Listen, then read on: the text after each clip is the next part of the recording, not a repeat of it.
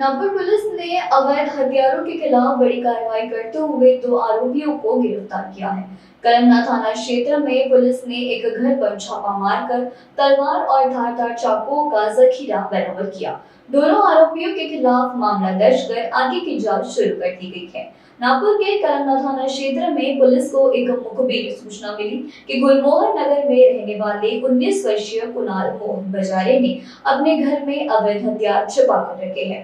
सूचना के आधार पर पुलिस ने पंचों की मौजूदगी में घर की तलाशी ली, जहां से करीब 5,000 रुपए कीमत की एक स्टील की तलवार बरामद हुई। पूछताछ में आरोपी ने बताया कि उसे यह तलवार 23 वर्षीय तरुण शत्रुघ्न वर्मा ने दी थी। इसके बाद पुलिस ने दूसरे आरोपी के घर पर भी छापा मारा, जहां से 2 चीनी निर्मित धारदार स्टील के चाकू बरामद किए गए।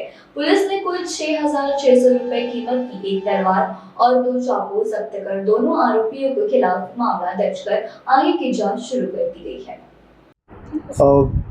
आमची डीबी पार्टी PSI श्री रामलोट साहेब आणि त्यांचे पथक हद्दीत पेट्रोलिंग करीत असताना ती आरोपितांची घरजडती घेत असतात।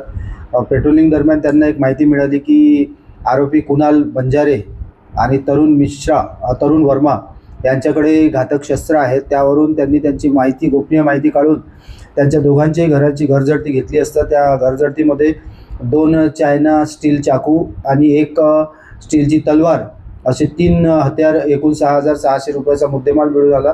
दोन्ही आरोपितांविरुद्ध भारतीय हत्यार कायदा 425 तसेच 135 महाराष्ट्र पोलीस कायद्यान्वये गुन्हा नोंद करून आरोपितांना अटक करण्यात आलेली आहे। पोलीस स्टेशन कळमना हद्दीतील परिसर बघता इथे मजूर वर्ग जास्त आहे आणि बॉडी ऑफेन्सेस सुद्धा बरेच होतात या ठिकाणी। त्यामुळे आमचं पथक नेहमी पेट्रोलिंग दरम्यान आरोपितांची घरजडती घेत असते। मागील 4-5 दिवसात आम्ही एकूण 4 भारतीय हत्यार कायद्यान्वये कारवाई केलेली आहे। त्याचप्रमाणे सदरची कारवाई केलेली आहे।